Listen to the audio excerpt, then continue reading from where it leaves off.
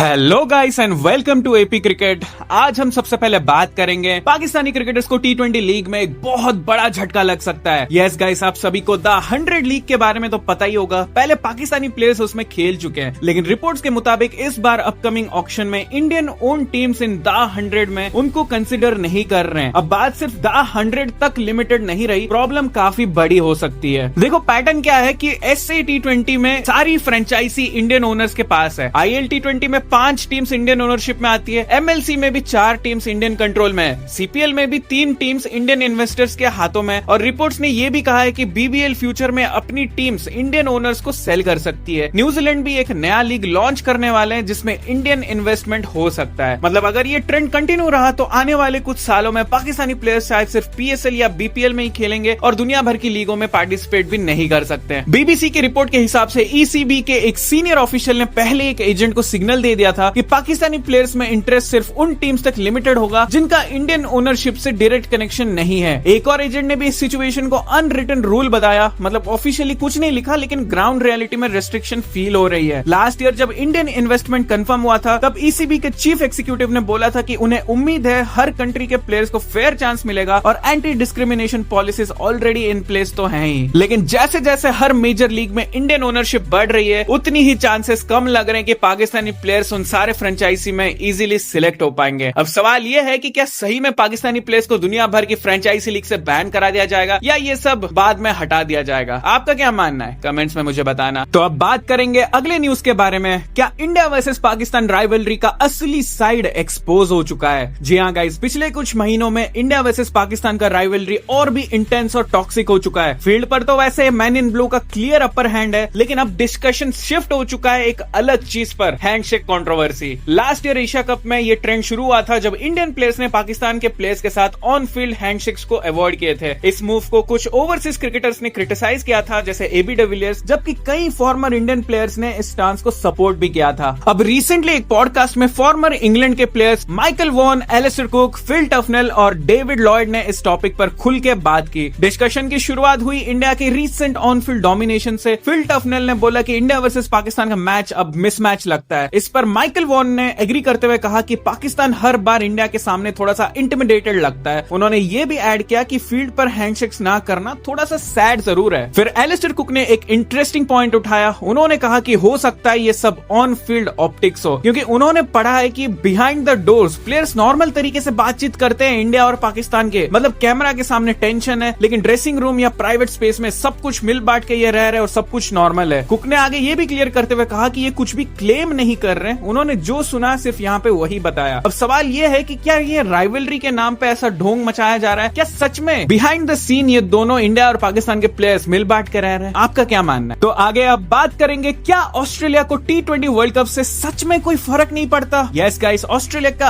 Early group stage exit के बाद काफी फैंस ये बोल रहे कि ऑस्ट्रेलिया को टी20 फॉर्मेट से फर्क नहीं पड़ता और वो टी20 को सीरियसली बिल्कुल नहीं लेते। कुछ लोग तो ये भी कह रहे कि ऑस्ट्रेलिया सिर्फ टेस्ट और ओडीआई पे फोकस करते हैं, टी20 उनके लिए कुछ भी नहीं है, सिर्फ मजाक मस्ती है। लेकिन ऑस्ट्रेलिया कैंप इस नैरेटिव को सीधा सीधा रिजेक्ट कर दिए। सबसे पहले एडम जैम्पा ने ओमान के against player of the match award लेते वक्त ही अपना डिसअपॉइंटमेंट क्लियरली शो कर दिया था। उन्होंने कहा कि वो बिल्कुल रेडी नहीं है कि अगले दिन वो घर वापस जाए फ्लाइट लेके। प्रेस कॉन्फ्रेंस में भी उन्होंने कहा कि ये कहना बिल्कुल गलत है कि ऑस्ट्रेलिया टी20 को इंपॉर्टेंस नहीं देता। उनके अकॉर्डिंग टीम टी20 में भी उतना ही टाइम और एफर्ट इन्वेस्ट करती है जितना ओडीआई और टेस्ट में। फिर कैप्टन मिचेल मार्श ने भी क्रिटिसिज्म पर रिएक्ट किया। उन्होंने कहा कि वो बैक होम वाली नॉइज को रेस्पेक्ट करते हैं, क्योंकि टीम का परफॉर्मेंस इस टूर्नामेंट में एक्सपेक्टेशन के हिसाब से नहीं था। लेकिन ग्रुप के अंदर सब लोग जेन्युइनली डिसअपॉइंटेड है और रिफ्लेक्ट कर रहे हैं कि आगे ऑस्ट्रेलिया को टी20 में कैसे बैटर करे। हेड कोच एंड्रू मैकडोनाल्ड ने भी क्लियर स्टेटमेंट दिया। उन्होंने कहा कि टीम का मेन फोकस ही ये टी20 टूर्नामेंट था और ये नैरेटिव बिल्कुल गलत है और ये कहना भी बिल्कुल गलत है कि ऑस्ट्रेलिया को टी20 वर्ल्ड कप से कोई फर्क नहीं पड़ता। हाँ, ऑस्ट्रेलिया टीम से हमेशा हाई एक्सपेक्टेशंस रहती है और वो जस्टिफाइड भी है, लेकिन इसका मतलब ये नहीं है कि वो टी20 को मजाक मस्ती में लेते हैं और टेस्ट और ओडीआई में अपना जान झोंक देते हैं। तो भाई आप कमेंट करके बताओ कि आपको सही में लगता है ऑस्ट्रेलिया टी20 को कोई इंपॉर्टेंस नहीं देता या फिर जेन्युइनली ऑस्ट्रेलिया बहुत खराब खेली है इस वर्ल्ड कप में।